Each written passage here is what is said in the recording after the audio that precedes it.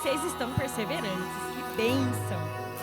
Que gostoso. Sua tua feitura, obra de tuas mãos. Eu não sei se alguns estão tendo dúvidas, mas quem não tem contato, quer pegar depois com a pastora, às vezes aqui quer perguntar, não quer levantar a mão, mas depois em casa surge alguma coisa, por favor, estou à disposição. É muito gostoso receber vocês, particular.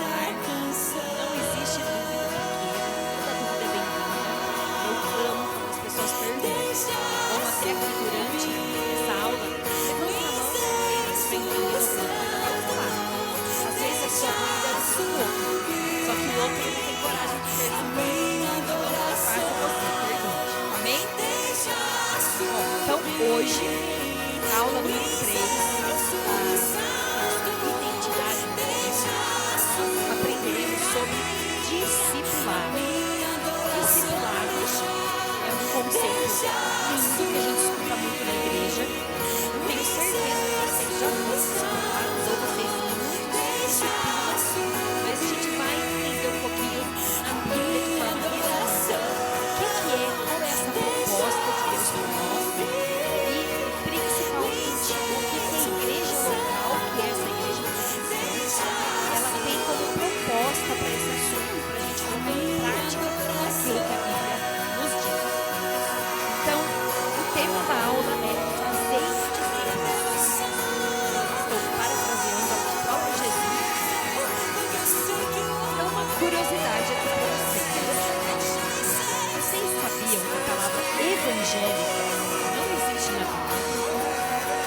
Convertido aparece 2 vezes no Antigo Testamento. A palavra crente aparece 12 vezes no Novo Testamento. A palavra cristão aparece 3 vezes, mas a palavra discípulo aparece 234 vezes nos Evangelhos e 30 vezes em Atos dos Apóstolos. E é legal que a gente fala muito de eu sou crente, sou evangélico, eu sou cristão, mas a gente não usa muito esse termo, eu sou um discípulo. Mas vamos falar no palavreado bíblico, a palavra discípulo tem muito mais valor. Ela repete muito mais do que as outras palavras. Só uma curiosidade. Agora uma pergunta. Você é crente ou discípulo? Crente ou discípulo? Os dois, né? Então, olha, crente é aquele que crê em algo. Posso ser crente no meu país, posso ser crente nos esportes, posso ser crente na saúde do país. Eu posso acreditar no que eu quiser. Ser crente é crer em algo. E até o demônio crê. Inclusive, a Bíblia diz que tu crês que há um só Deus, fazes bem. Também os demônios creem e estremecem. Mas o que é discípulo?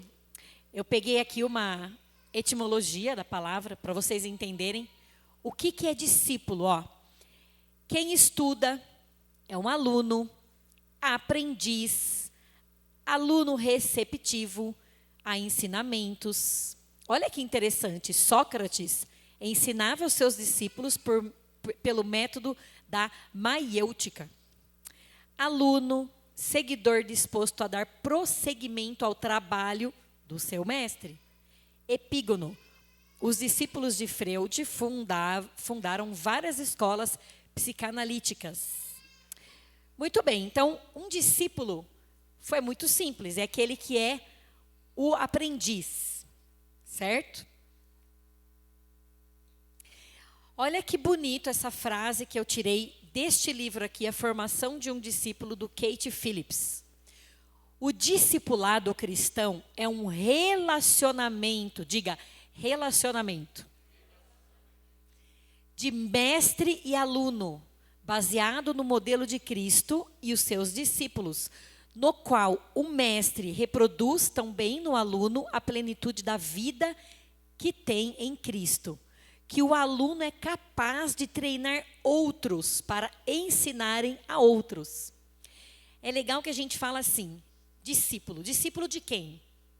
Meu discípulo? é interessante porque nós fazemos discípulos não para nós, mas para Jesus. Nós cuidamos de vidas para Jesus. Então, nós discipulamos para Ele, porque nós não ensinamos o meio que a gente vive.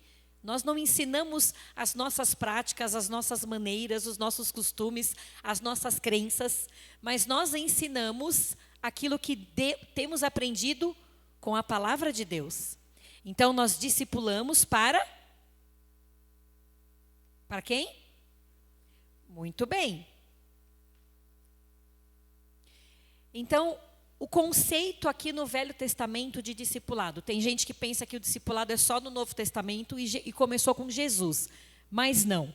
No Velho Testamento era muito comum ter aqueles aprendizes de profeta, eles tinham essa, como que uma profissão, né? Ele era um aprendiz, ele ficava lá aos pés do profeta, aos pés de homens sábios, aos pés dos mestres, para aprender e dar sequência àquilo que foi aprendido. Então, essa metodologia não nasceu de Jesus, mas ela foi intensificada, ela foi oficializada como forma de trabalho no cristianismo. Mas não é agora, isso é uma coisa antiga. Então, a gente percebe aqui, por exemplo, nós temos uma história muito bonita de Moisés e Josué. Então, Moisés foi, sem sombra de dúvidas, o maior líder do Velho Testamento que já existiu. O maior líder do Velho Testamento. Um homem que falava com Deus, um homem que tinha sensibilidade. E Moisés, ele treinou, né? Ele teve um sucessor, ele tinha um discípulo, que era Josué. E olha que interessante, aqui a gente já aprende algo interessante, que é depois fortalecido como uma doutrina primária do Novo Testamento, E Josué, filho de Num, foi cheio do espírito de sabedoria, porquanto Moisés tinha posto sobre ele as suas mãos. Assim, os filhos de Israel lhe deram ouvidos e fizeram como o Senhor ordenara a Moisés. Então, a gente entende, lendo a história de Moisés, que ele tinha um chamado, ele tinha uma vocação, uma missão, e ele transfere para Josué, para que Josué dê continuidade a este trabalho. Então, Josué foi discípulo de Moisés, e ele impunha as mãos. Pelo menos uma vez ele fez isso, uma transferência. A gente gosta muito de falar isso, porque parece algo místico, mas é algo muito espiritual, a imposição de mãos. Pouco se tem pregado na igreja, mas isso está como doutrina primária. O apóstolo Paulo, ele fala isso na palavra, ele fala assim, nós não podemos deixar os rudimentos da nossa fé, que é o batismo, salvação, arrependimento das obras, imposição de mãos. Ele inclui a imposição de mãos como uma doutrina primária. E a gente às vezes tem vergonha de pedir oração com imposição de mãos, né? Eu não sei se vocês têm isso, mas às vezes tem apelo. E aí o pastor fala, vem aqui à frente.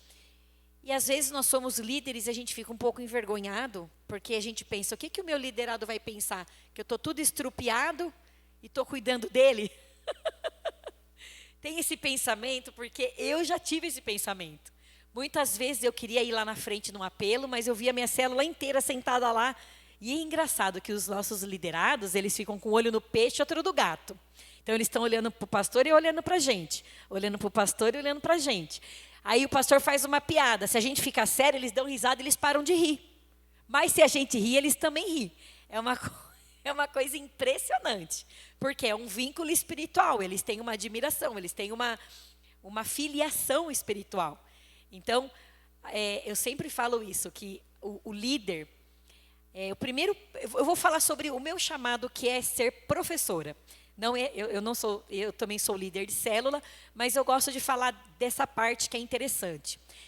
Vocês sabiam que quando eu comecei a dar aula, já há 20 anos atrás, eu tinha muita vergonha, eu tinha pavor, eu tinha desespero de eu chegar numa aula e uma pessoa fazer uma pergunta e eu não conseguir responder. Ou errar uma resposta. Eu tinha desespero, eu chegava a negar convites de medo de fazer isso. E depois eu aprendi que isso é a coisa mais tola que pode existir. Porque é um ato bonito de um professor, Um ato bonito de um mestre, um ato bonito de um pastor e um líder é reconhecer o seu erro e expor a sua limitação. Então, é muito comum, em aula, um aluno pergunta alguma coisa, se eu não sei, eu respondo, eu falo, não sei. Mas a gente vai aprender juntos. Obrigada pela sua pergunta, foi muito, muito valiosa para mim, porque eu vou aumentar minha sabedoria nisso. E a mesma coisa um discipulador, você que é um líder, você que está preocupado com a sua imagem. O dia que você quebrar esse conceito do orgulho e dar um passo à frente, ir num apelo, todos os seus que estão te olhando vão por dentro falar, puxa, ele é um ser humano, eu chego lá. Agora, se a gente põe aquela roupa de perfeitinho, intocável, de repente você dá uma escorregada, porque vai, viu gente, desculpa dar essa notícia, mas ninguém é perfeito, só Jesus.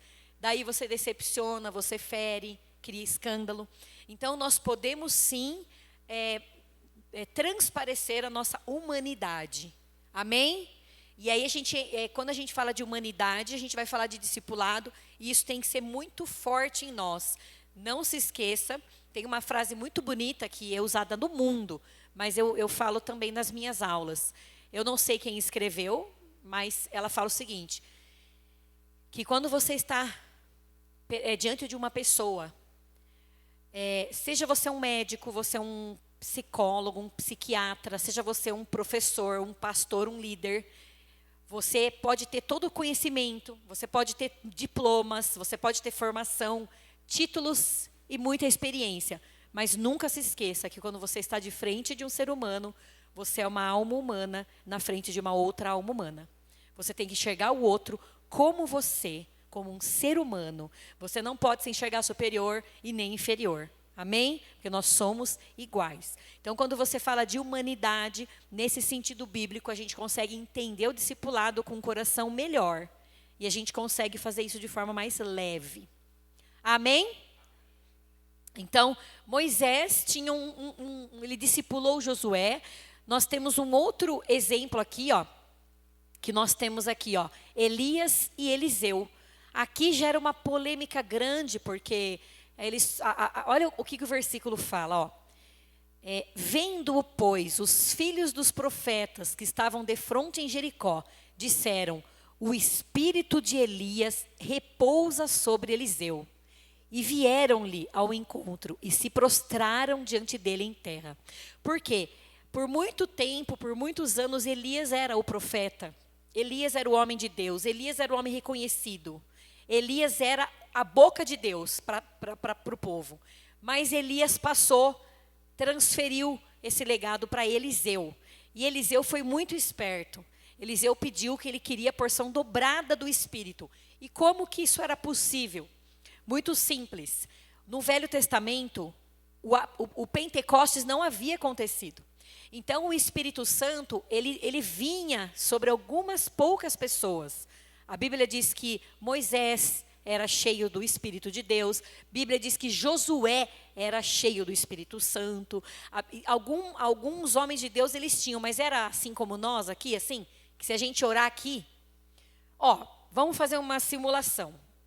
Faz de conta que a gente agora levanta, tá? Vamos falar o seguinte, vamos parar a aula agora, não vai ficar em pé, mas faz de conta. E eu resolvo fazer uma roda com vocês aqui. E falo, olha, nós vamos agora começar a orar, nós vamos clamar, nós vamos nos prostrar, nós vamos nos quebrantar. Aqueles que falam em línguas vão começar a falar em línguas. E nós vamos clamar a presença do Espírito Santo. Ele não vem? Mas na hora. Aí vem e vem forte. E derruba uns par. E é aquela coisa gostosa, aquele fluir gostoso. Porque o Espírito Santo ele está sobre toda a carne. Nós estamos num período, numa época que o Espírito Santo é abundante. Nessa época do Velho Testamento, não. E Eliseu pediu a porção dobrada. E nós sabemos que ele realizou. Porque as obras de Eliseu foram até maiores do que do seu próprio discipulador. Então, aqui nós temos um exemplo de discipulado no Velho Testamento. E um outro exemplo que nós temos é o conceito de família. Porque Deus ele manda que os pais discipulem seus filhos. Porque isso aqui é um discipulado, ó. E estas palavras que hoje te ordeno estarão no teu coração. E as ensinarás a teus filhos, e delas falarás assentado em tua casa e andando pelo caminho e deitando-te e levantando-te. Então, o discipulado é um ensino contínuo, é ficar junto, é falar, é ensinar, é ensinar. A psicologia não diz que nós somos a média das 5 pessoas que mais convivemos? Não é verdade? Você pode ser um cristão fervoroso, um discípulo fiel. Começa a ficar só com gente que é escarnecedor. Daqui a pouco escapa um palavrão seu e você nem sabe como aconteceu isso. De repente você está lutando contra pensamentos de tipo, para que isso? E na igreja para quê? Que besteira, não vou. É tudo engano e começa... Porque nós somos seres humanos relacionais e nós somos influenciáveis. Então nós temos que tomar cuidado com aquilo que a gente convive, com as pessoas que a gente conversa. A gente tem que ter esse zelo, essa proteção para a gente se manter espiritual. Amém? Então, até aqui, nós falamos de conceito no Velho Testamento. Será que foi? Não foi. Agora vai. Eita, às vezes o negócio aqui... Ah, peraí, gente. Só um erro de internet aqui, mas eu já vou arrumar. Eu perdi o sinal. Irmão, você vai ter que mudar você aí. Eu não sei se é a internet minha que está ruim, mas eu perdi. Você quer me mandar o link de novo? Ele vai mandar o link de novo. Mas aí a gente vai pular para o Novo Testamento. Ó, nem que ele não compartilhasse, eu já sei de cor que é o próximo. Como que começou o discipulado com Jesus? Bom, todo mundo sabe que Jesus tinha quantos discípulos? 12. Então ele escolheu os 12 e ele conviveu e ele viveu com esses 12 todo o período do ministério dele ensinando.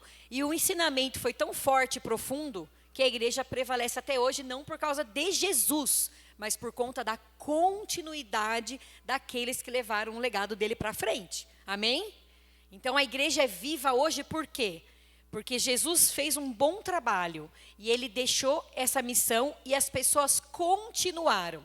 Se todo mundo tivesse parado, nós não estaríamos aqui hoje.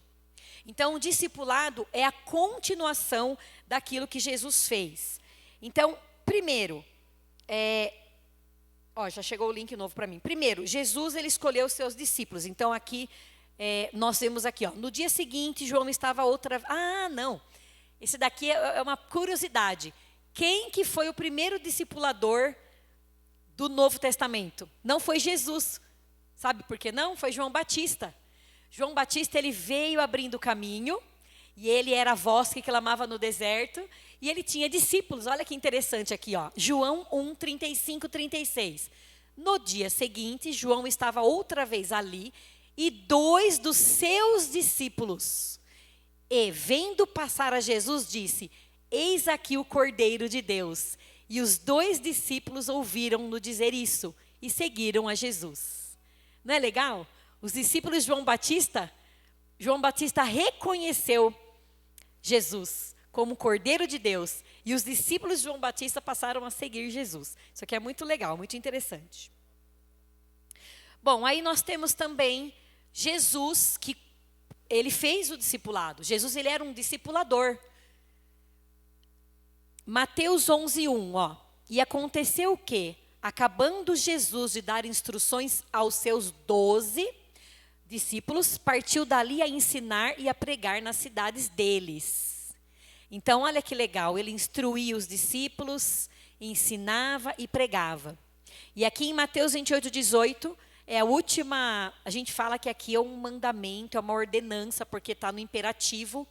E esse versículo é o que a gente mais usa para fazer discípulos. Está escrito assim, E chegando-se Jesus, falou-lhes dizendo, é-me dado todo o poder. Diga assim, todo o poder. Cutuca quem está do seu lado. Fala assim, é todo o poder. Não é pouco, não. Para quem que ele está dando? Para mim e para você. Então, olha o que Jesus fala. Só aqui daria uma aula inteira só falando desse versículo. Todo o poder me é dado no céu e na terra. Ou seja, primeiro ele dá o presente. Quer um presente? Poder. Estou te dando um presente. Aí ele vem com a missão. Ide. Ide não é ficai. Então é interessante que a gente vem para a igreja que é ficar. Mas a própria palavra igreja significa chamados para fora. Por quê? Aqui é a parte gostosa, que a gente está entre irmãos. A gente, dificilmente você vem na igreja e sai angustiado. Você vem na igreja e sai feliz. Porque todo mundo fala a sua língua, todo mundo conhece, te dão um abracinho, um carinho, uma palavra de consolo, uma palavra da Bíblia, não é verdade? Mas o nosso chamado é para fora. Então, olha aí, ó, ide, fazei discípulos. É interessante que não fala fazei convertidos, fazei cristãos. Não, fazei discípulos. Fazei discípulos de todas as nações. Aí ele já ensina até o que tem que fazer, ó. Batizando, ou seja, a gente tem que levar essas pessoas ao arrependimento. Que mais? Depois que ela se arrepende, você vai ensinar ela a guardar todas as coisas que eu vos tenho mandado. Vocês sabiam que ensinar e guardar são coisas diferentes? Por que é diferente? Quem poderia me explicar?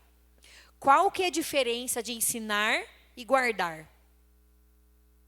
Eu posso saber um mandamento, mas eu posso não guardar ele no meu coração.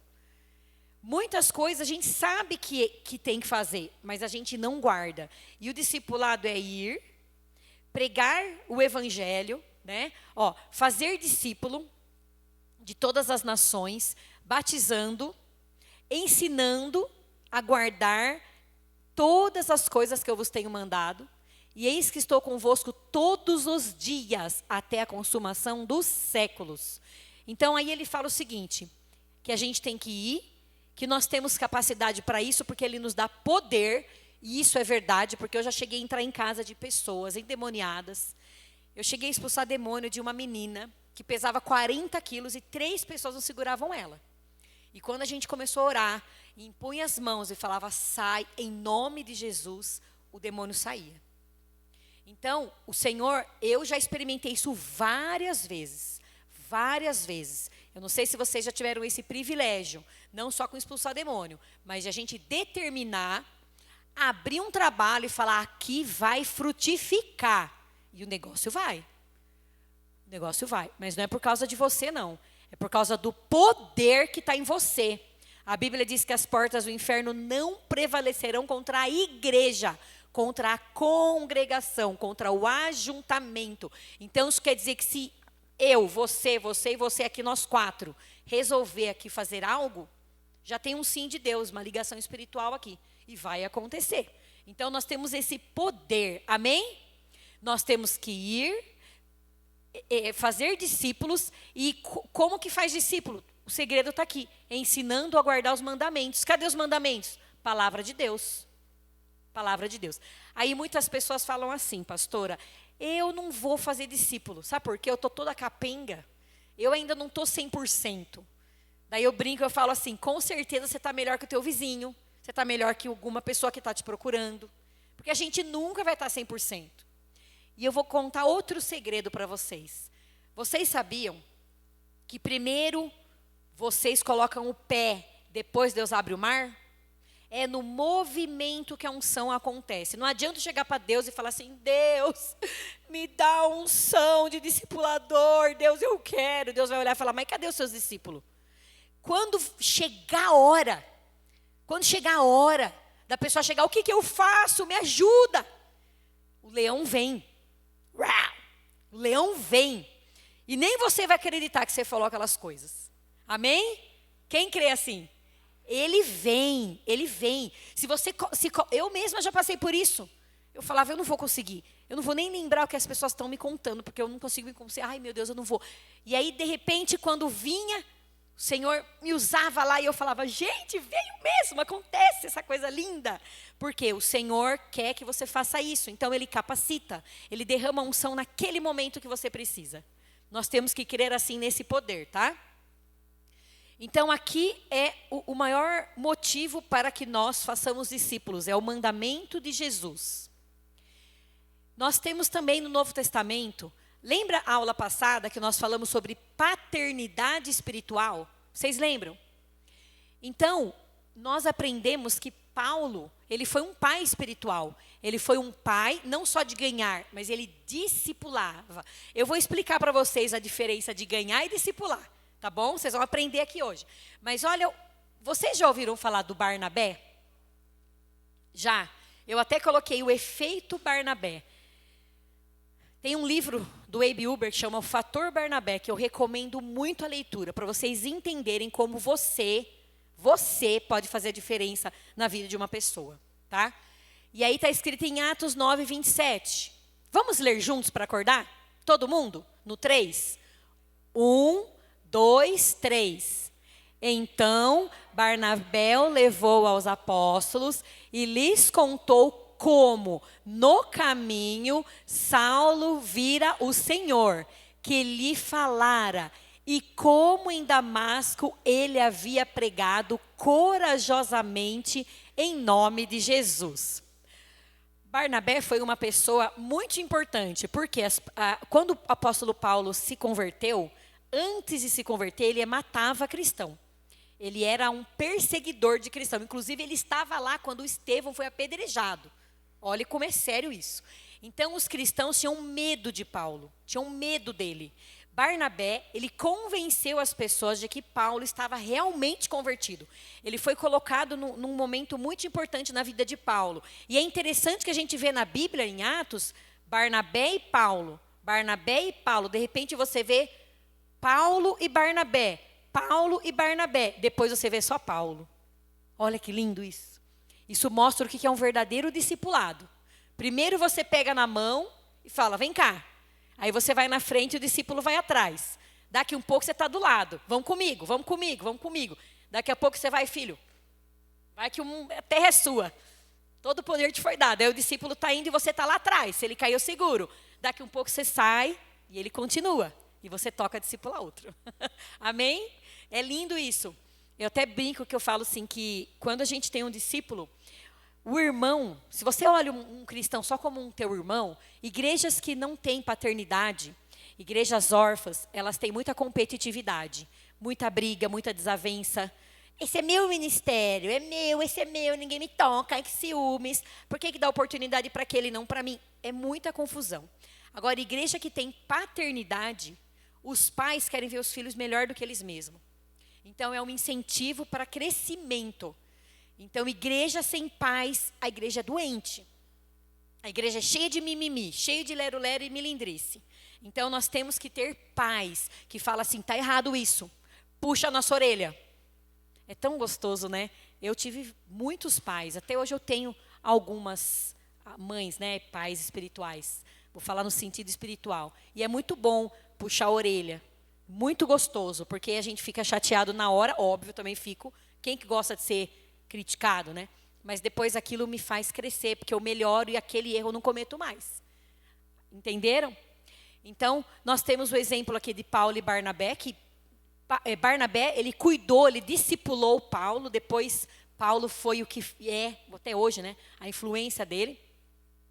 Nós temos aqui um outro versículo muito legal em Atos, que mostra que os discípulos de Jesus continuaram a fazer muitos discípulos. A gente olha na Bíblia e acha que aqueles 12 fizeram verão, né? As 12 andorinhas fizeram verão. Não, foram 12 que foi se multiplicando e multiplicando e multiplicando até os dias de hoje. Quem que trabalhou para que a igreja continuasse viva? Muitas pessoas, inclusive você. Você também faz parte desse movimento. Então, ó, Atos 14, 21.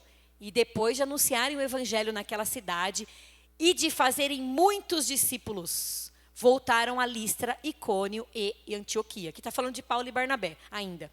Gente, olha que interessante. Uma coisa é você ganhar a pessoa. Outra coisa é você fazer discípulos. Vocês vão entender isso, é bem diferente. É bem diferente o trabalho. Ah, chegamos no pulo do gato. Chegamos. Qual é a diferença de ganhar uma pessoa e discipular? Ganhar é aquela que a pessoa chega toda confusa, toda quebrada, toda machucada, não acredita em Deus, está brigando com a família. A pessoa chega torta, igual aquela musiquinha do homenzinho torto, que morava numa casa torta, que andava num caminho torto. Aí você vai apresentar Jesus para essa pessoa. A pessoa vai aceitar Jesus. mas ela continua tudo estrupiada. Ela não sabe como tratar a mulher, não sabe como tratar o marido, não sabe como cuidar dos filhos, não sabe como lidar com o dinheiro. Ela não sabe sobre ela mesma, não sabe que tem valor. Não sabe, mas ela quer Jesus, mas ela não sabe. Vocês conseguem entender isso? Não adianta só falar, vem cá, Jesus te ama, você aceita? Jesus, aceito. Tchau, segue em sua vida. Não é assim, porque a pessoa vai se perder. Então, existe um trabalho de um discipulador aí. Então, qual que é a diferença? Consolidar é aquele primeiro, eu falo que são os primeiros anos, de um cristão, quando ele ainda está entre o mundo e o caminho de Deus, a salvação. Então, ele fica com um pé lá, um pé aqui. Então, a prioridade é o cuidado. Então, ele é um bebezinho, sabe que você troca a fralda, daqui um pouco você acha que vai desfraldar e volta a fazer xixi na cama de novo? É assim os bebezinhos. Aí você dá comidinha, aí você fala, olha, Jesus morreu por você. Você quer dar uma feijoada, mas ele nem entende ainda o leitinho. Então é aquele começo, né? Todos vocês já passaram por essa fase, para hoje estar aqui comendo feijoada. No consolidar, a prioridade é o cuidado. Já discipular é o treinamento. Aqui o discipulado não dá para ter mimimi. A pessoa tem que estar disposta a levar uma bronca. Porque ela já está firme no Senhor, ela não vai desistir. Entenderam? No consolidar, o alvo é a maturidade. Aqui ele precisa chegar num nível de não precisar mais ficar trocando a fralda toda hora, chorando toda hora. É que nem um bebezinho, a gente cresce e vai comendo sozinho. Come sozinho, anda sozinho. Aí a mãe fica olhando e fala, ai que bonitinho, está com maturidade. Daí, discipular. Agora eu vou ensinar você, meu filho, a frutificar. Agora que você já está arrumado, vamos frutificar? Isso é para você fazer uma análise da sua vida. Qual é o estágio que você está? Qual é a sua estação? No consolidar, o discipulador ou o pai espiritual fica de plantão. Sabe aquele filho que liga de noite, liga em qualquer hora e vai na sua casa e chora? É assim. Já no discipulado, aqui o pai fica de plantão, aqui é o filho que fica de plantão. Porque o discipulador fala assim, ô amigo, vamos lá orar pela vizinha, pela fulana tal, você vai comigo. Bora, vamos embora. Ele é um parceiro. Gostoso ter discípulo assim, né? A gente vai fazer um evento assim, eu prego metade e você metade. Topa? Topo. A gente divide, né? Gostoso ter discípulos assim, que está com a gente mesmo, que está à nossa altura lá, está pronto. E divide o nosso ministério, é uma delícia. Na consolidação, o pai que busca o filho. Filho, você não veio no culto. Filho, você não foi na célula. Filho, você está lendo a Bíblia. Filho, você não sei o quê. Filho, você não tirou boné na igreja. Filho. Já no discipulado, é o filho que busca o pai. Então, o discípulo fala assim, puxa, como que eu faço para orar mais? Me ensina como que você fez aquilo. Me ensina isso, me ensina daquilo. Porque ele tem sede, ele quer cumprir o ministério dele. No consolidar, o discipulador transfere solidez espiritual, ou seja, firmeza, a certeza de que a pessoa está firme, não vai retroceder. Já no discipulado, ele transfere o ministério. Discipulado é transferir ministério. Amém? Diga assim, discipular é transferir ministério. Não adianta eu pegar e discipular uma pessoa que não vai... não é que eu não sou capaz, mas eu preciso reproduzir o meu ministério. Eu preciso ter pessoas comigo que possam fazer aquilo que eu faço, porque eu não sou eterno. Eu preciso multiplicar o meu ministério. Então, eu preciso discipular pessoas que têm um chamado como o meu. A gente vai chegar nisso. Discipular de forma natural. Por exemplo, eu canto no louvor, que não é o caso. É muito comum os discipulados acontecerem dentro do mesmo ministério. Por quê? Porque você está crescendo no seu ministério. Então, você busca o seu discipulador para você também evoluir, porque a Bíblia diz que nós temos que sempre melhorar. Nós temos que fazer sempre o nosso melhor. Então, você vai fazer o melhor aprendendo dentro da sua área ministerial. Mas é regra? Não. Às vezes, você tem um pai espiritual que não tem nada a ver com o que você faz. E ele é seu pai, mas fatalmente, em algum momento, você vai precisar de ajuda para alavancar o teu ministério. Entenderam isso? E não tem problema nenhum. Porque, às vezes, você vai caminhar com o discipulador até certo ponto. Chega um momento que, de repente, Deus mesmo vai te enviar e o próprio discipulador vai te enviar para outra pessoa. Normalmente é o discipulador que faz, não é o discípulo que chega, viu? Ô pai, você está cuidando de mim de graça, viu? Eu estou te dando um pé agora, agora eu quero com esse aqui. Não, o próprio discipulador, ele fala, olha, eu percebo que o seu chamado é diferente, eu quero te encaminhar para esse discipulador. Entenderam? Por uma questão de respeito, de amor, de carinho, funciona dessa forma, de forma natural. Isso é polêmico, né? Isso fere muito. Tem que tomar muito cuidado com isso. Aí eu trouxe uma tabela também, tirada do livro do Kate Phillips, que é o seguinte, é uma comparação entre você ganhar uma pessoa para Jesus e discipular. A gente pensa assim, o que é mais fácil, discipular 2 pessoas no ano ou ganhar uma pessoa por dia no ano inteiro? Não é mais fácil discipular 2? Não só mais fácil, como mais eficiente. Porque quando você ganha alguém para Jesus, esse alguém fica perdido, você não está cuidando dele, você está ganhando. E fica por isso mesmo. Agora, se você forma bem 2 pessoas, primeiro ano, você ganhou uma pessoa por dia, você vai ter 365 vidas que conheceram Jesus. No segundo ano, 730. No terceiro ano, 1925, 1095. No quarto, e assim vai. Chega 32 anos, você vai ter ganho 11.680 vidas. Isso se você conseguiu ganhar uma vida por dia, no ano inteiro, todos os dias. Agora, se você discipular número de anos, no primeiro, 2 pessoas, em um ano, olha como que ele vai, olha o que vai acontecer, Vocês têm ideia disso? Então, o discipulado existe. Por que a igreja chegou onde está hoje? Porque as pessoas só ganhavam pessoas para Jesus? Na opinião de vocês, a igreja cristã, principalmente a igreja evangélica no Brasil, ela cresceu tanto. Por quê? Porque todo mundo pregou Jesus? Não. Porque foi feito um discipulado aqui. Houve cuidado. Mesmo sem métodos, sem nome, sem ondas, mas as pessoas sempre tiveram esse conceito desde que eu fui para a igreja lá em 96. Eu não tinha metodologias, livros e congressos e convenções, não tinha nada disso. Mas tinha cuidado. Porque os líderes, os mais velhos cuidavam dos mais novos, né, os neófitos que eles falavam, os pais da igreja cuidavam, e a gente sempre viveu. A igreja de Cristo é assim.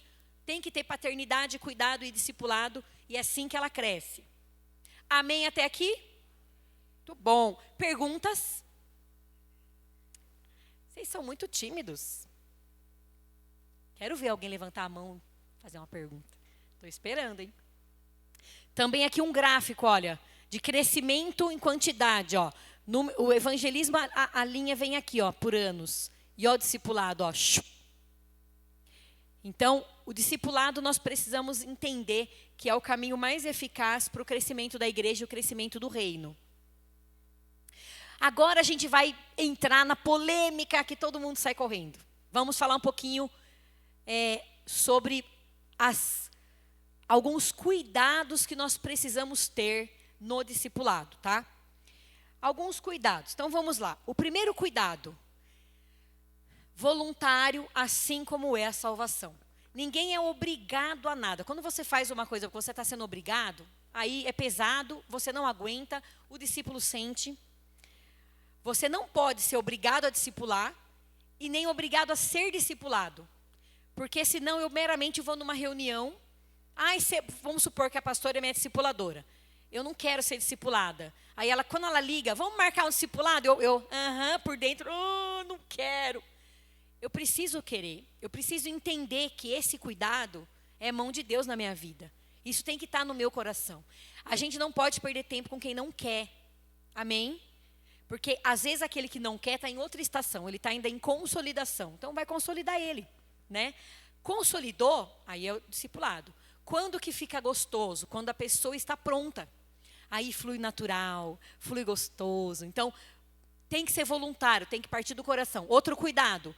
Homem discipula homem, mulher discipula mulher. Amém? Não adianta eu ficar com discipulinhos. Vem cá, meu querido, bibibi, sou mulher, peraí. A Bíblia diz que a gente tem que fugir da aparência do mal. Daqui a pouco está tomando café, o discipulado. E, gente, acontece. Esses dias mesmo, uma pessoa chegou e falou, eu vi o pastor, que é casado, tomando café com a irmã, que é uma irmã Vocês não têm ideia, irmã. Nossa, é um avião. E um negócio ficou esquisito, que deu uma falação, mas deu um falatório. Nós temos que ter prudência. Amém? Então, a gente tem que ter esse cuidado. Não é pastor da Cristo Salva, não, tá? Graças a Deus. A nossa igreja é muito séria nisso, tá? Mas eu vi, não vou nem falar, mas já aconteceu várias vezes. Outra coisa, crianças são discipuladas pelos pais. Não fica com essa coisa de ficar confiando outros adultos para cuidar dos seus filhos sozinhos, tá? Cuidado, cuidado. Porque gente ruim também se esconde em denominações. Os seus filhos menor de idade, eles ficam com você, a não ser que eles estão em culto. Em culto, com várias pessoas em público. Entenderam? Quem aqui é pai e mãe? Levanta a mão. Muito bem. Discipule os seus filhos. Discipule os seus filhos. Ensina a eles a palavra de Deus. Põe louvor na sua casa. Ensina a eles sobre amar. Ensina sobre cuidado de Deus. Faça isso, tá?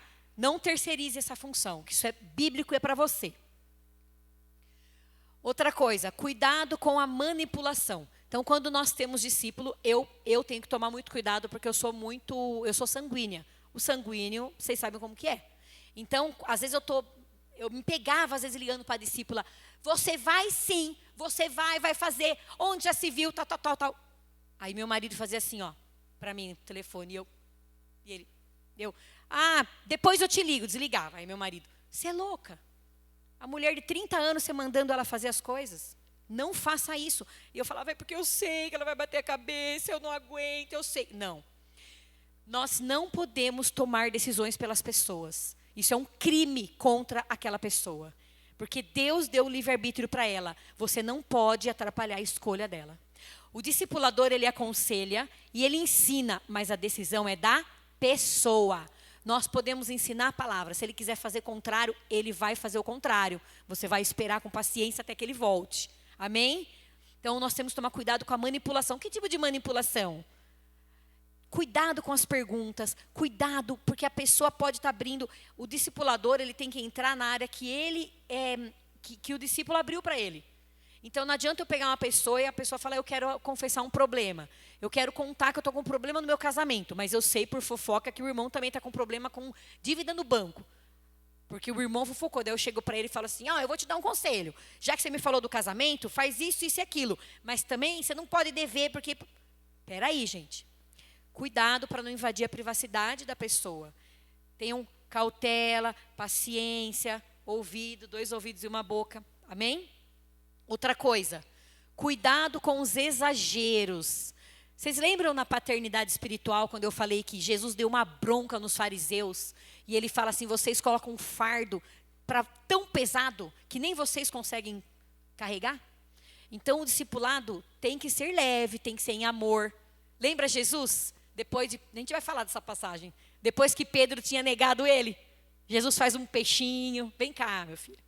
Ele nem se considerava mais discípulo. E dá uma coisa para ele comer. Entenderam? Amém? Então, isso aqui tem que ter cuidado. Cuidado com fofocas. Às vezes queima na boca da gente de contar alguma coisa. E eu vou contar uma experiência própria que eu tive. Que foi muito ruim para mim no começo, quando eu comecei a discipular. Eu estava cuidando de uma pessoa que eu amo até hoje essa pessoa. Ela é uma grande amiga minha. E eu era discipuladora dela, né? Hoje ela é uma filha do coração, mas não mais minha discípula. Mas na época ela estava como minha discípula na minha supervisão. E ela me contou uma situação muito delicada. E a minha mãe é uma serva de Deus, que tem muita experiência. E eu compartilhei com a minha mãe a situação que ela contou para mim, no intuito de pedir uma ajuda em como ajudá-la. Só que a minha mãe, no coração bom, no intuito de ajudar, eu estou expondo a minha própria família e o meu próprio erro. Eu não estou apontando para ninguém, estou falando do meu próprio erro. Numa conversa com uma outra irmã, que também tem a mesma idade da minha mãe, que conhecia a minha discípula desde que ela era criança, a minha mãe acabou contando no intuito de ajudar, para tentar ajudar, pois foi um maior problema, porque a minha discípula descobriu, me procurou, foi difícil porque ela queria ir embora, até da igreja, ela se sentiu traída e ela tinha razão. Eu errei muito em ter feito isso. Eu errei profundamente, eu me arrependi profundamente. Nós temos que ter cuidado quando as pessoas contam coisas para nós. Pode nem ser um seu discípulo, um seu amigo, um irmão. Cuidado para não expor a pessoa. Amém? Aqui não acontece isso, né? Só comigo. Nunca aconteceu isso aqui, só comigo. Outra coisa, discipulador ensina e discipulado toma decisão. Discipulamos pessoas livres. Vamos repetir essa frase? Discipulamos pessoas livres. Amém? Gravem bem isso, que isso é importante. Estamos caminhando para o intervalo. Aguentem só mais um tico aí. Ó. O discipulado envolve 3 áreas. 3 áreas. E estão bem explicadas nesses 3 versículos que nós vamos ler. Ó. E o que de mim, entre muitas testemunhas ouviste, confia-o a homens fiéis. Repita comigo. Homens fiéis. Que sejam idôneos para também ensinarem outros. Qualquer um pode ensinar outro? Qualquer um. O cara mentiroso, safado, golpista. O cara que engana, que mente, que trai a mulher, que ainda está cativo de vício. Ele pode ficar ensinando o outro? Não, porque ele não é idôneo. O que é idoneidade? Alguém pode me explicar? O que é? O que quer dizer homens fiéis idôneos? Bom caráter. É isso. Bom caráter. Então, não é que a pessoa chega com bom caráter, não. É que Jesus transformou o caráter dela. Entenderam? Então, essa pessoa... Então, primeira área do discipulado, ensinar. Segunda área, já vos não chamarei servos, porque o servo não sabe o que faz o seu senhor. Mas tenho-vos chamado... O quê? Porque tudo quanto ouvi de meu Pai vos tenho feito conhecer. Sabe aquele líder que não compartilha a visão? Que não compartilha o porquê? Só manda você fazer? Isso não é legal.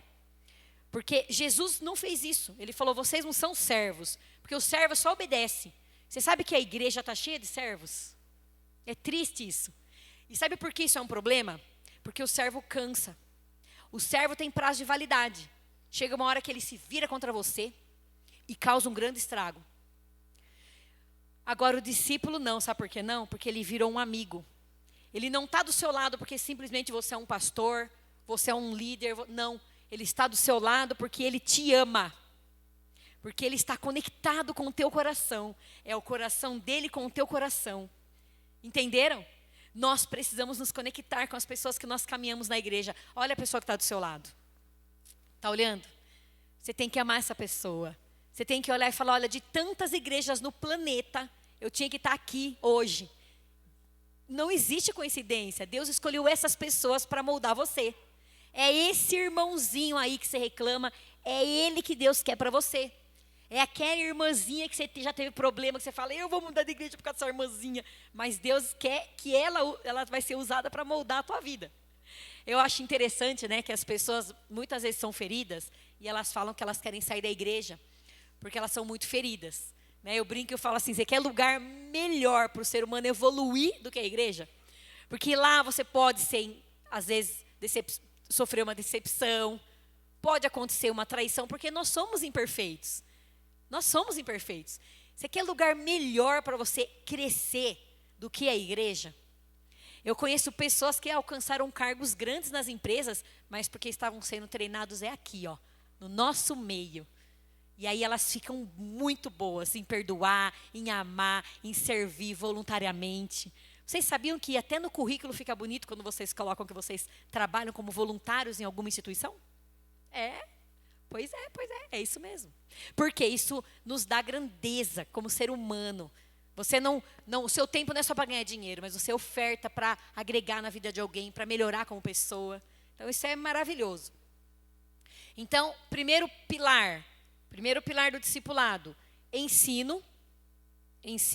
Segundo pilar, amizade. Terceiro pilar, E quando chegaram e reuniram a igreja, relataram quão grandes coisas Deus fizera por eles, e como abrira aos gentios a porta da fé. E ficaram ali não pouco tempo com os discípulos. Repita comigo, não pouco tempo. Sabe o que isso significa? Discipulado é tempo. Por isso que eu falo que eu não quero ter discípulo por obrigação. Eu quero pessoas que me amem e que eu passe a amá-las também. Porque vai ser prazeroso comer com elas, viajar com elas, não é, irmão? Nós temos que amar quem nós cuidamos, quem caminhamos. Nós temos que amar essas pessoas. Então, ensino, amizade e tempo.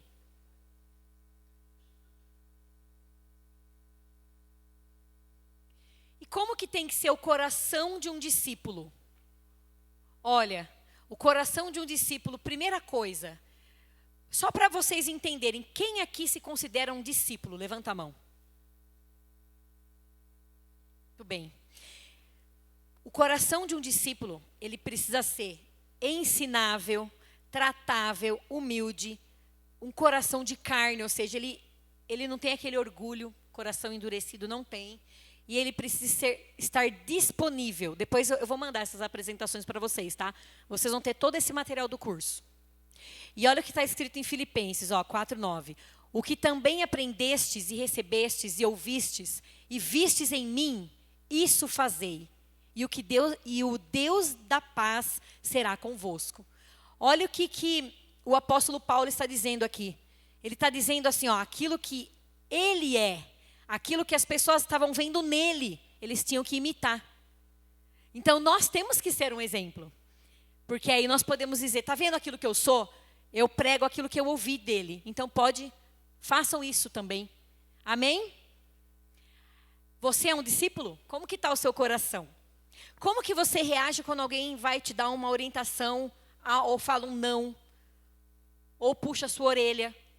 Qual que é a sua reação? Pensa sobre isso. Porque para ser um discipulador, precisa ser discípulo.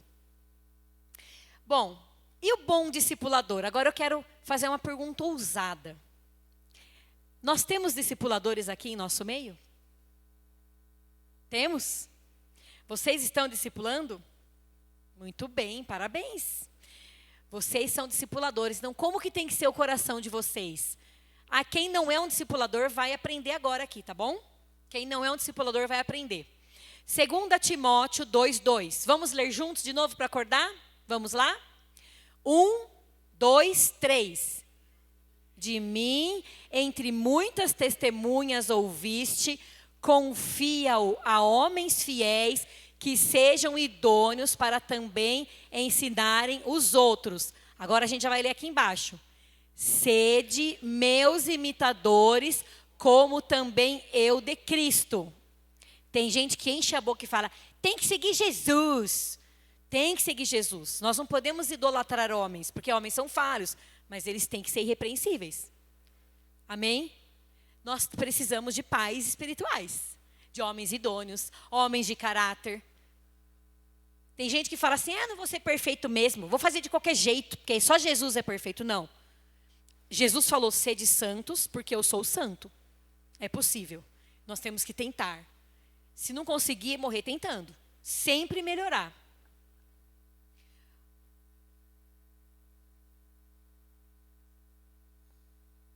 Bom, aqui eu não vou ler tudo isso para vocês. Quem já ouviu a história de Tomé?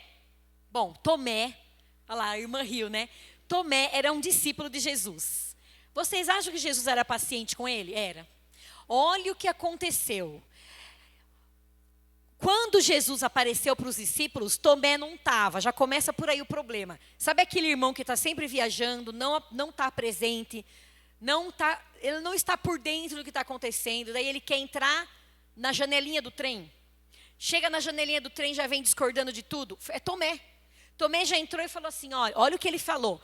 Se eu não ver o sinal dos cravos na mão, se eu não puser o meu dedo no lugar dos cravos, e se eu não puser a minha mão do seu lado, de maneira nenhuma eu crerei. Ele não só queria ver, mas ele queria tocar e enfiar o dedo na ferida. Gente, é muita incredulidade, né?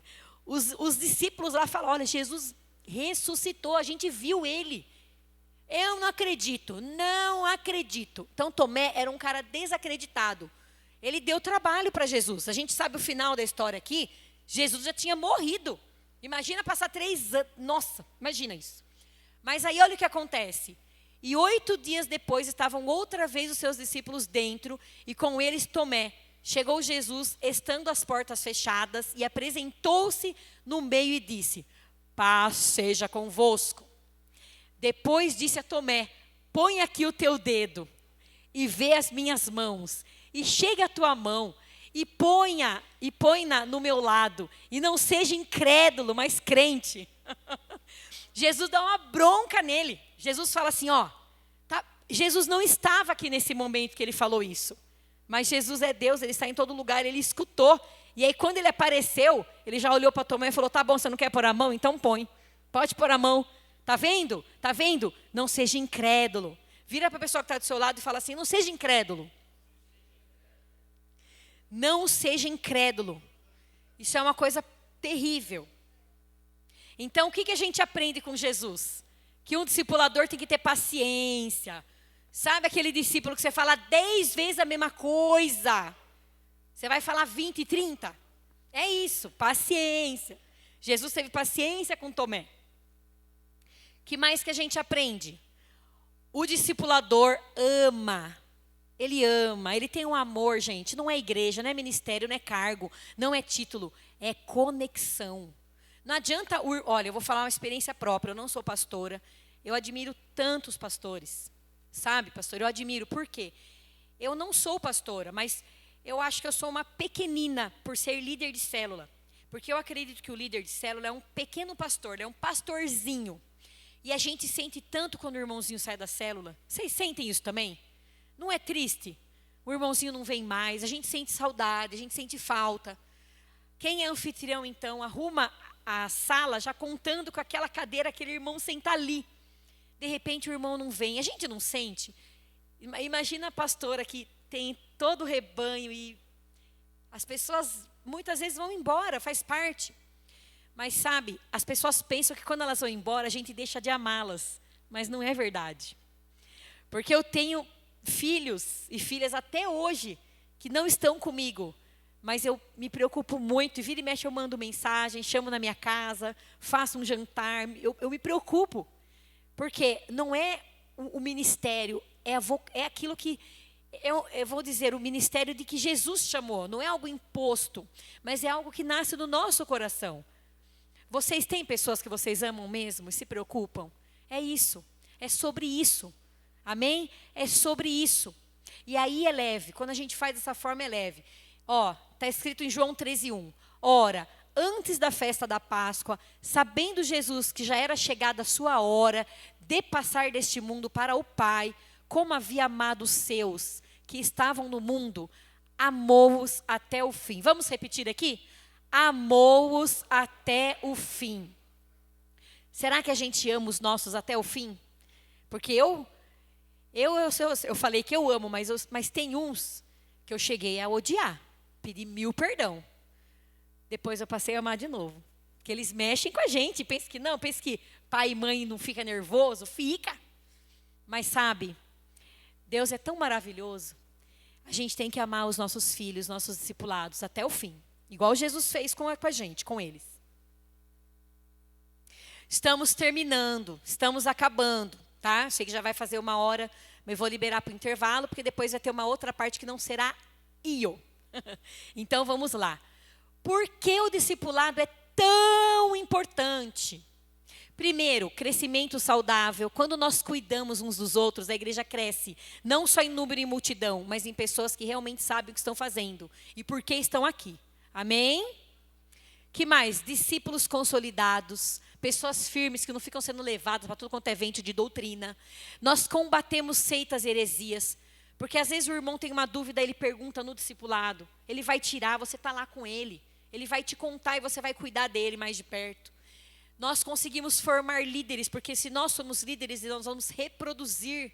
Como que a gente faz isso? Só de púlpito? Não. Discipulando, ensinando lá. E nós temos pessoas muito bem cuidadas dentro da igreja.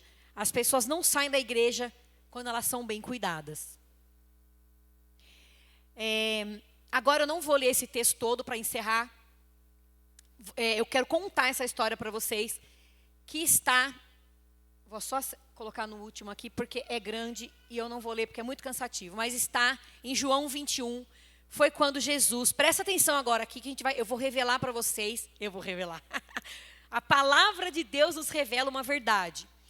Quando Pedro negou Jesus, ele lembrou que Jesus tinha avisado que ele negaria, certo? Ele estava muito triste, arrependido. Jesus morreu, Jesus foi crucificado e Pedro estava desacreditado. Isso é tão prova que quando Jesus ressuscitou, está escrito na Bíblia que Jesus fala assim, ó, para Maria: avisem aos discípulos e a Pedro. Ele não inclui Pedro nos discípulos, por quê? Pedro não se considerava mais discípulo de Cristo, ele se achava indigno. Então a Bíblia é clara mostrando que Pedro, ele se sentia o pior, aquele que passou 3 anos com Jesus, que viu, que falou, cortou a orelha do soldado, que falou: Senhor, eu me entrego, eu morro por ti. E na hora que Jesus estava lá, no pior momento dele, ele negou Jesus. E quando o galo cantou, Pedro se entristeceu. E a Bíblia diz que nesse dia aí, ele foi pescar. Você sabe o que significa isso? Um homem que viveu 3 anos fazendo milagres com Jesus e pescar. Significa que ele já tinha desistido. Significa que ele se achava um indigno. Ele falou: eu vou voltar a pescar. Jesus me chamou quando eu estava pescando. Quer saber? Eu vou voltar a pescar. E ele estava lá pescando. E aconteceu que ele e alguns outros estavam com ele. Ele viu Jesus. E aí Jesus, eles não estavam pegando peixe. Aí Jesus fala: joga a rede mais para cá. E aí eles jogam e eles pegam, sabe? E aí Jesus revela a eles. E aí Jesus, quando eles chegam na beira da praia com aqueles peixes lá, uma coisa linda. A rede estava cheia de peixe, mas a rede não se rompeu. Jesus já estava falando para ele: olha, eu vou dar uma fartura, e não só uma fartura para vocês, mas vou dar capacidade para vocês manterem essa fartura. E a Bíblia diz que Jesus chama Pedro, e Jesus fala assim: Pedro, você me ama. Só que a palavra amor, no grego, para essa passagem, não é para nós amor, é tudo igual. Amor de irmão, amor de homem e mulher e amor de Deus, é tudo amor. Mas no grego tem o amor eros, que é o de homem para mulher, o filéu, que é o amor de irmão, e o ágape, que é o amor de Deus. Quando Jesus chama Pedro, Jesus olha para ele e fala assim: Pedro, ele fala agapome, eu não sei do grego, mas ele fala agapome, você me ama como Deus?